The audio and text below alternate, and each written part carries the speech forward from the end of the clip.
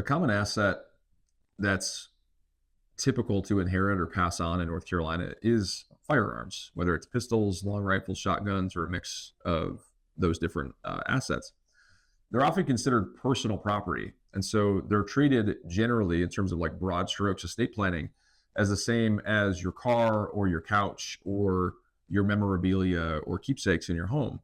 But they have a little bit greater consequence in how they're distributed and to whom.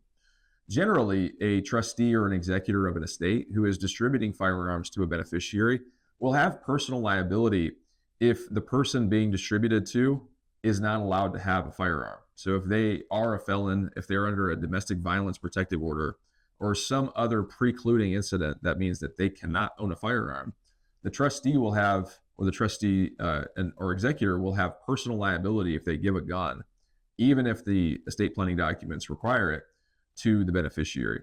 Often, a recommended first step would be to have any beneficiaries who stand to receive a firearm in North Carolina go and procure a pistol permit or verify that they have a concealed weapons permit. Those would both be the state verifying the eligibility of that beneficiary to receive and own a firearm.